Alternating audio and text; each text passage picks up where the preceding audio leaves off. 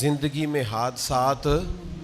ہو جاتے ہیں جو آپ نہیں چاہتے، جس کا آپ نے کبھی تصور نہیں کیا ہوتا، وہ کام بھی کئی دفعہ ہو جاتا ہے۔ اب اس میں کرنا کیا ہے؟ اس کو کس اینگل سے دیکھنا ہے؟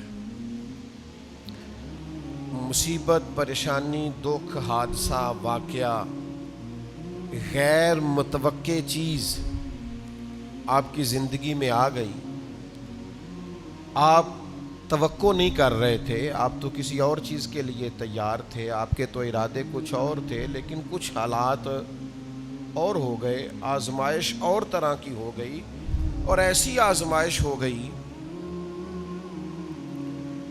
جس کا آپ کا ذہن نہیں تھا کہ یہ بھی میرے لیے ہو سکتی ہے، یا آپ نے سوچا ضرور ہوا تھا کہ آزمائش آئے گی، لیکن اور چیزوں کو آپ سوچ رہے تھے، میں نے یہ ٹھیک کرنا ہے، میں نے یہ ٹھیک کرنا ہے، میں نے اس پر خیال رکھنا ہے، لیکن تکلیف نے، دکھ نے، آزمائش نے رستہ کوئی اور بنا لیا۔ تو اب یہ کیا ہے؟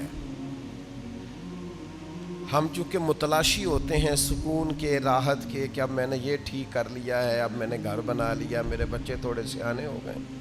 فلاں کام میں نے آپ اپنے حساب سے اب درست سمت کرتے ہیں، لیکن یہ بیچ میں سے ایک مصیبت اور آ گئی، تو کس اینگل سے دیکھنا ہے؟ ترمذی شریف کی حدیث سنیے، نبی پاک علیہ السلام نے فرمایا، رب جسے بڑا ثواب دینا چاہتا ہے نا، اسے بڑی آزمائش میں مبتلا کرتا۔ اور اگلے لفظ سنیں گے تو آپ اور خوش ہو جائیں گے۔ حضور فرماتے ہیں جب اللہ تعالیٰ کسی قوم سے محبت کرتا ہے نا، تو پھر انہیں آزمائش میں ڈال دیتا ہے، جو اس آزمائش میں رب سے راضی رہے نا، رب بھی اس سے راضی رہتا ہے، اور جو اس آزمائش میں ناراض ہو جائے نا، شکوے کرنے لگ جائے رب کے، اللہ بھی اس سے ناراض ہو جاتا ہے۔ آزمائشیں تو آئیں گی، دکھ تو آئیں گی، یہ آ جاتے ہیں، ان کا بڑا مزہ ہوتا ہے۔ آپ کو پتہ ہے زخموں کا بھی مزہ ہوتا ہے، زخم ٹھیک ہونے پہ آ جائے نا کبھی، اس پر انگلی رکھ کے دیکھے مزہ آتا ہے، اس پر ہلکی ہلکی خارش کرنے کو جی چاہتا ہے زخم،